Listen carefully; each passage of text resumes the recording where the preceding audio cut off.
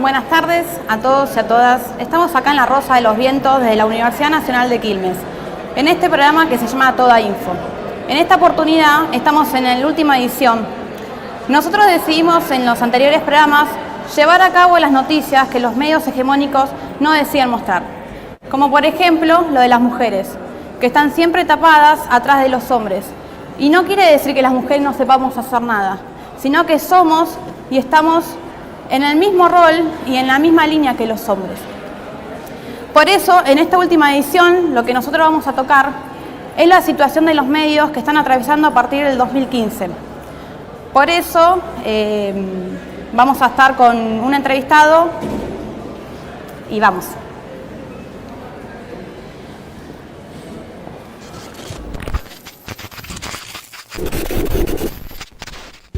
No empezó ayer de largada tras la trama, cuando ese maldito telegrama nos metió en el drama. Vidas en llamas, familias claman, Lombardi brama, otra mentira, el vaso se derrama. Desde el 45 están presa en la mira. Somos voz de la pluralidad, dolor de hegemonías, castigada por todo tipo de espécimen de régimen, rehén de quien busca El sindicato FIPREVA anunció el 6 de junio pasado que a partir del 2016 hubo más de 4.000 despidos. La situación de la prensa es el más crudo porque fue el que el gobierno más atacó. Está el caso de Clarín, que tenemos acá a Matías, que es delegado.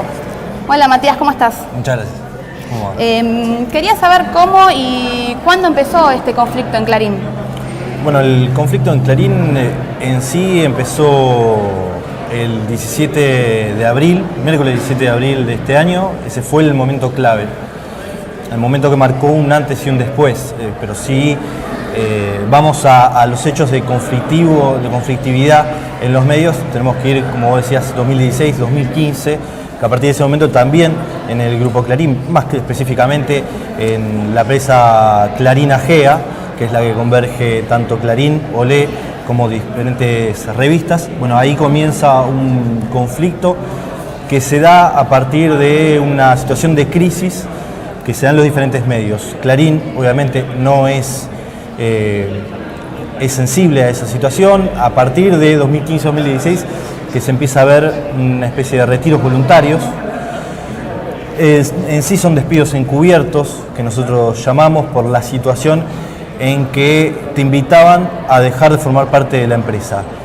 A partir de esa situación es que desde 2015 hasta 2019 hubo una cantidad aproximada de 400 trabajadores que dejaron sus puestos de laburo por estos retiros voluntarios. Pero en sí, el conflicto donde hubo 65 despidos es el 17 de noviembre, el 17 de abril de este año, ¿sí? La que nosotros llamamos la noche más larga, por todo lo que se vivió en esa jornada. ¿Sí? Una jornada que empezaron a sonar los teléfonos, empezamos a recibir los mensajes de compañeros que estaban trabajando en horas de la madrugada y que en ese momento empezaron a haber movimientos extraños dentro de la empresa que está radicada en la calle Tacuarí, en Barracas, y empezaron a haber movimientos de altos gerentes que normalmente quizás no se los ve bastante tarde, y en ese momento se lo empezó a ver, y con movimientos donde a partir de las 3, 4 de la mañana se empezó a ver que empezaban a armar un vallado, ¿sí? Un vallado que después se transformó también en parte de lo que fue un ícono de toda la lucha que tuvimos y que seguimos manteniendo. ¿A cuántos trabajadores despidieron? Y quiero hacer enfoco a esto. ¿Recibieron lo que era un telegrama o directamente cuando llegaron a la empresa vieron que no estaban en la lista, como suelen decir, negra? Bueno, en total hubo 65 trabajadores despedidos, un número que nos costó llegar, un número que estuvimos hasta varios días tratando de constatar que era efectivamente, porque en un comienzo la empresa hablaba de 50 trabajadores, pero no se tenía en cuenta muchos otros empleados que formaban parte de corresponsalías, que tenían otro tipo de contratos, y bueno, finalmente llegamos al número de 65 trabajadores. La forma de darse a conocer cuántos, si estabas despedido o no, básicamente fue a través de mails, a través de correos personales que cada trabajador fue recibiendo en su cuenta personal propiamente de la empresa. Muchos de ellos lo empezaron a recibir cerca de las 6, 7 de la mañana. A todos los trabajadores les llegó un mail distinto. A los que seguían formando parte de la empresa les explicaban y les anunciaban que formaban parte de una reestructuración, de una modernización que dio a llamar así la empresa. Y a los que no, básicamente que agradecían de todos los servicios, pero que a partir de ese momento dejaban de prestar servicios. Y bueno, y a partir de ese momento es que se vivió toda una situación.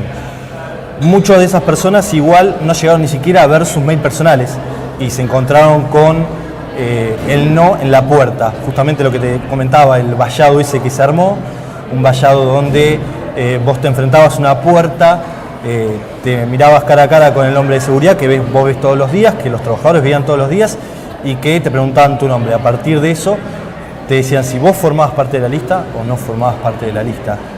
Una imagen y una situación que dolorosa, una situación donde el día anterior vos te enfrentabas a compañeros y podías llegar a entrar a tu lugar de trabajo y en ese momento prácticamente te expulsaban y te echaban de tu lugar, de tu casa, porque muchos trabajadores tenían entre 30 años, 20 años, más o menos, tenían muchísimos años dentro de la empresa y prácticamente le empezás a tomar cariño, no a la empresa en sí, sino a todo lo que conlleva la empresa, si no son los trabajadores, la gente que vos ves todos los días, con los que te codeás, de las diferentes secciones de lo que es todo el diario. ¿Qué acciones decidieron tomar ante este avallamiento que hizo la empresa? Bueno, a partir de ese momento lo primero que se realizó fue una serie de asambleas. La primera asamblea que nosotros llevamos adelante fue ese mismo día donde prácticamente todos los trabajadores de manera unánime tomaron la decisión de llevar adelante un paro. Estamos hablando de un paro activo, un paro donde no había nadie en sus escritorios. Y en ese momento es donde quizás si vos tomás noción y en cuenta otras empresas u otros gremios, quizás decís, bueno, un paro y quizás no se le da la relevancia. Estamos hablando de un paro en el diario Clarín, el diario más importante del país, y el primer paro después de 30 años.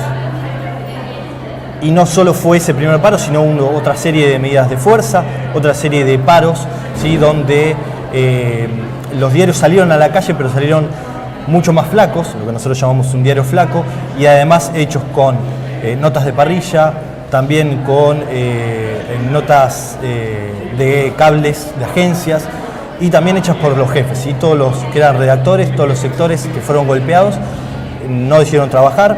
A partir de esa situación hubo medidas de fuerza que contaron con paros activos por 36 horas, 48 horas. Se realizó también tratar de movilizar a partir de lo que son las redes sociales.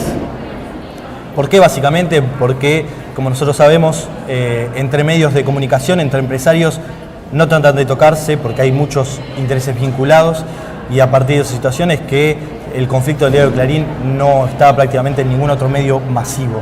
Por eso directamente impulsamos toda una serie de campañas a través de las redes sociales, unas redes sociales que hoy llegan a todos lados y quizás hasta son más penetrantes que lo que es un medio de comunicación. Hubo un festival, ¿no? ¿Tenemos para ver lo que fue el festival contra los despidos?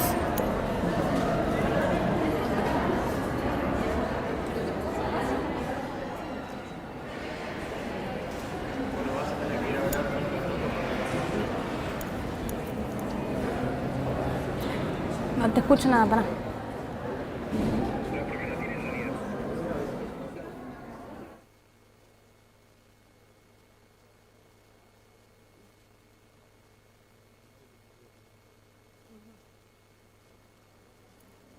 ¿Qué fue el festival? Bueno, el festival se realizó en 48 horas. Empezamos a diagramar un festival, nos parecía lo más también atractivo para el público en general, para gente de quizás hasta del barrio y de otros sectores que quizás no tenían noción de lo que estaba ocurriendo y era la forma más atractiva.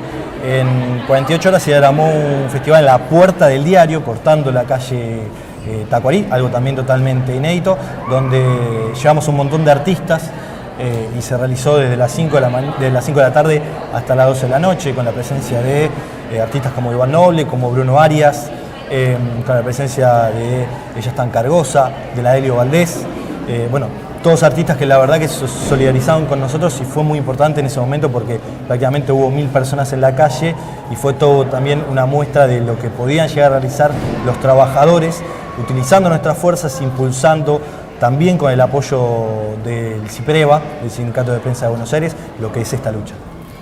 ¿Cómo es trabajar hoy en Clarín después de este conflicto? Bueno, sin dudas marcó un antes y un después todo lo que pasó en ese mes muy fuerte de lucha, porque las reacciones quedaron muy desguazadas. Hoy prácticamente ves a tu alrededor y no ves a tus compañeros que veías hasta hace 3 meses. Es muy difícil porque tenés reacciones que están totalmente solitarias, donde prácticamente no tenés trabajadores o muy pocos, donde se perdió también un poco lo que era esa sensibilidad que se tenía con la empresa y a partir de ese momento se creó también una fuerza en la asamblea. Es una asamblea que prácticamente hoy son todo el tiempo multitudinarias y donde los trabajadores ya no tienen miedo de decidir o no realizar una medida de fuerza contundente contra la empresa en medio de esta situación. A partir de lo que es ese conflicto y donde la empresa empezó a hablar sobre una modernización, es que hoy, a 3 meses de ese conflicto y desde esa idea de modernización, hoy no se ve prácticamente ningún cambio y donde las reacciones están totalmente heridas a partir de todo lo que es este conflicto que sigue dando mucha pelea. Te agradecemos, Nicolás, que nos des desde tu punto de vista qué es lo que pasó en Clarín y que el monopolio y que las empresas grandes también hacen paro. Gracias. No, por favor.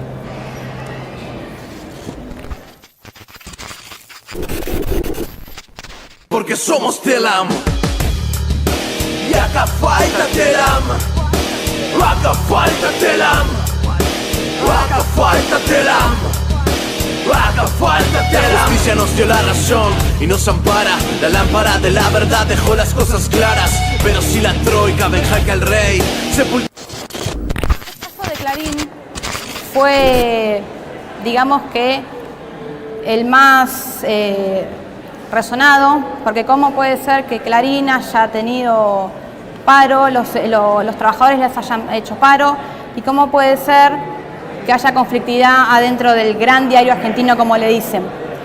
Esto mismo preguntamos y nos preguntamos todos como comunicadores sociales, como periodistas, ¿qué es lo que pasó con Telam, la única agencia nacional de noticias que el 26 de junio del año pasado despidió 354 trabajadores por tratarlos de que no eran profesionales, que eran ñoquis y que tenían ideologías K? Queda claro que los que tienen un trabajo de 30 años, de 25, no tienen ideologías K, porque hace 35 años no estaban los K, como decía Lombardi, que el mismo día que estaba en el Mundial hizo la feroz de despedir a todos los trabajadores.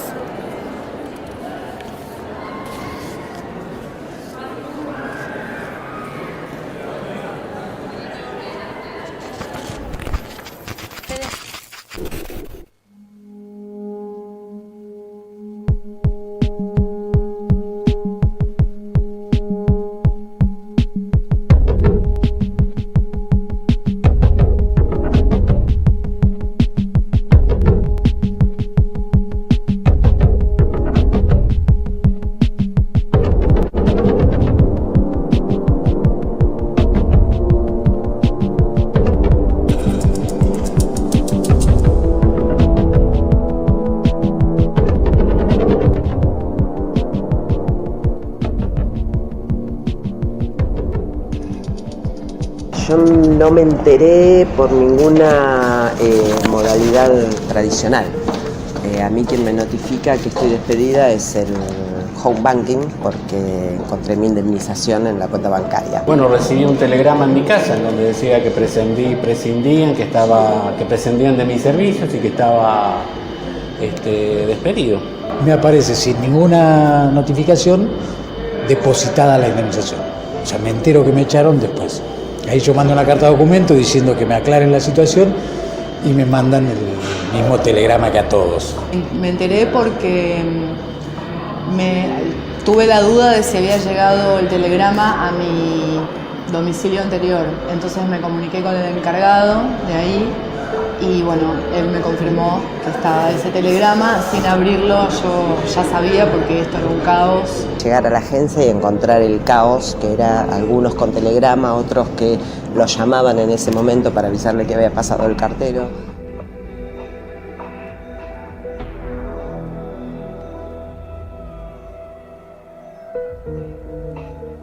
Lo primero que hicimos es convocar a todos los compañeros, hacer una asamblea que fue una de las más masivas, creo que hubo 600 personas aproximadamente, de un universo de 900.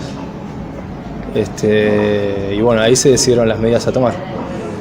Desde el conflicto en sí, que duró 119 días, que permanecimos pacíficamente en nuestros puestos de trabajo esperando una respuesta, hasta acciones mismo en ambos edificios, recibiendo dirigentes sindicales, políticos, culturales, armando movidas culturales, llevando el conflicto de Telam a la calle para visibilizar y para que la sociedad también pueda ver cómo esto les perjudica también a ellos y a ellas.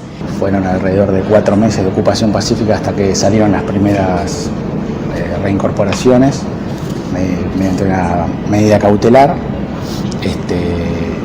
Después, bueno, de ahí se levantó, digamos, el paro y la ocupación y volvimos a nuestros puestos laborales gracias a la justicia.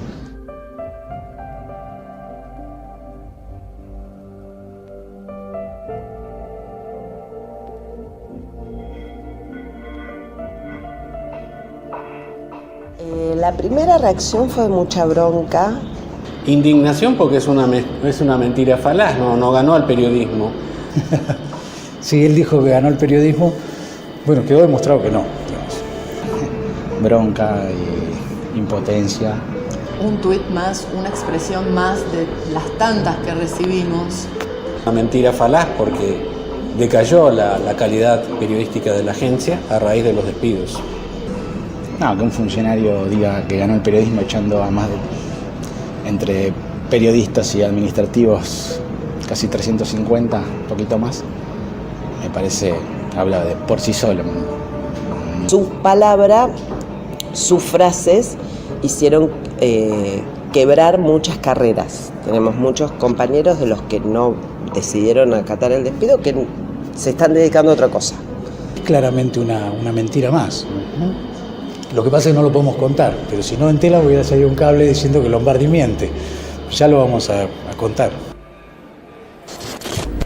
El video que vieron recién son algunos de los despedidos reincorporados de Telam, sufriendo y esperando si seguían o no en la agencia. Algunos, a partir de las 8 de la mañana de ese 26 de junio, recibían el telegrama de despido, pero no decían que estaba despedido o por algo, sino decían que era una reestructuración en la empresa. Más bien una reestructuración, yo diría que era callar las voces, era silenciar las voces de lo que pensaban diferentes. Y a otros les llegaba un correo que decía: bienvenido a la nueva Telam, que los queremos para la profesionalización y una democrática agencia. Yo me pregunto, ¿echar a 357 trabajadores es democrático? ¿Es perfeccionar el periodismo? Me parece que eso no es así. Y otros quedaron en el limbo. Recién una semana después, producto de la indemnización que les llegaba a su cuenta bancaria, se enteraban que estaban despedidos, porque no les llegaban ningún correo ni ninguna carta de despedidos.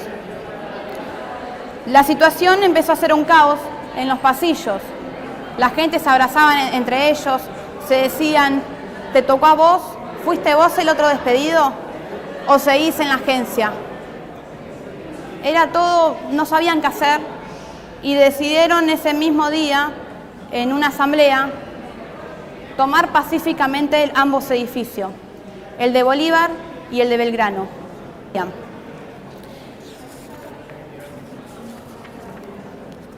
Mientras se jugaba el partido Argentina-Nigeria, fue cuando se decidieron estos despidos y Lombardi, luego de hacer este hecho, publicó en su cuenta de Twitter: hoy ganó el periodismo.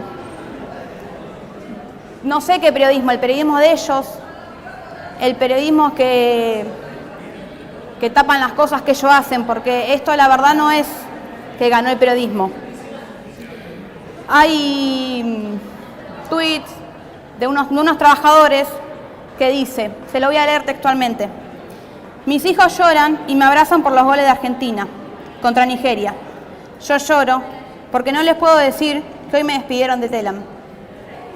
Otro trabajador de nombre Orlando escribe: hola, soy Orlando. Hoy me llegó la liquidación, pero la carta de despido. No toqué nada porque esa plata no es mía. Quiero mi puesto. Entré a Telam con 17 años y tengo 50. 33 años trabajando. Toda una vida. Y hoy me corren como un perro. Este trabajador, días después, sufrió una descompensación cardíaca.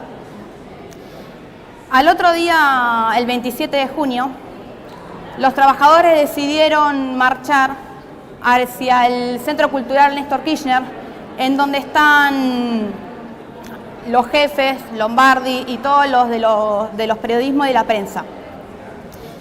Hay una foto que se ve y se puede sentir como ella sola. Si vos estás mal, si es humillante, si fue humillante que te hayan echado del trabajo, más humillante es que sea invisibilizada. Esta foto es una despedida de Telam enfrente de un colectivo. ¿Y qué dice?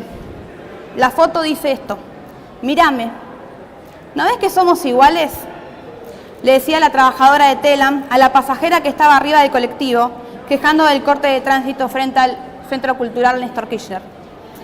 Despidieron a 354 personas. ¿No ves que somos iguales? La mujer abrió la ventanilla para responderle: yo quiero llegar a mi casa. Vayan a cortar a otro lado. Después cerró la misma. Así pasó varias veces. Ella solo pedía que la mire. Tal vez no exista otra postal más triste y amarga de la que dejó la noticia del despido de 354 trabajadores de Telam. Percibir la falta de empatía con el otro, con el laburante, un igual a nosotros. Uno que hoy se queda sin trabajo. Los dos tienen un patrón. Los dos son explotados. Los dos son parte de una misma historia. Pero no hay manera. El individualismo vence. El egoísmo se impone. Los patrones festejan. El gobierno celebra el ajuste. En 2002, con el gobierno de la Alianza, el actual presidente de Telam era Pausá.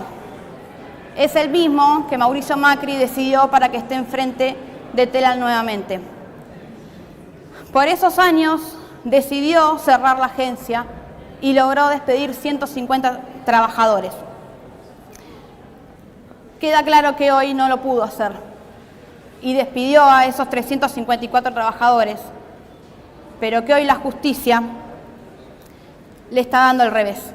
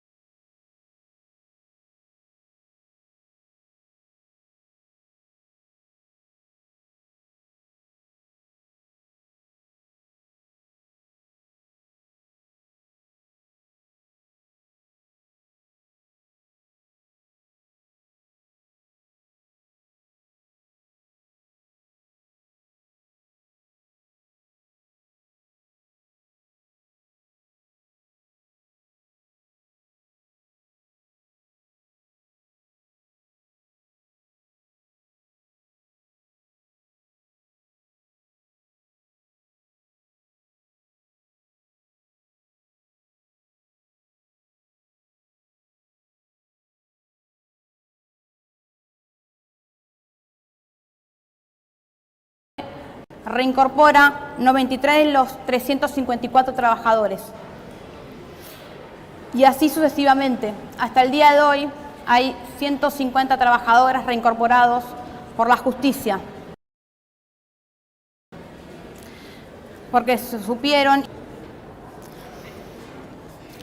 Recién en septiembre se hace una tela en trucha, una tela en paralela, que se está trabajando desde Tecnópolis. Allí están todos los directores de la agencia. Desde que pasó el conflicto, ninguno de los directores, ni el presidente, ni el gerente van a los edificios. Están trabajando desde allí.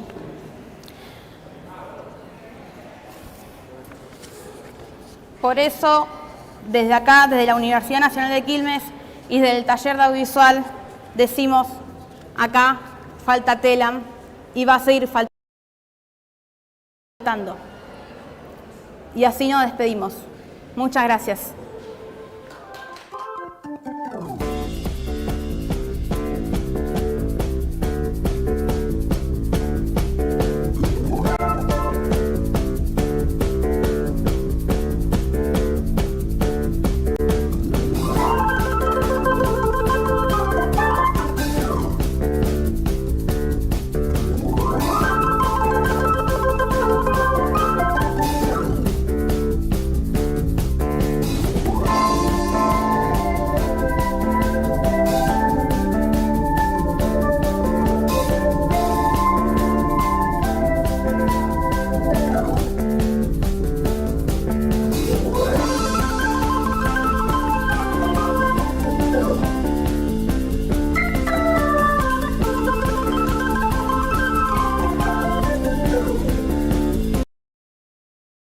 Varias carreras de grado y de posgrado. El perfil de la facultad está claramente orientado a la formación de profesionales que aporten al desarrollo y a la integración regional desde distintas áreas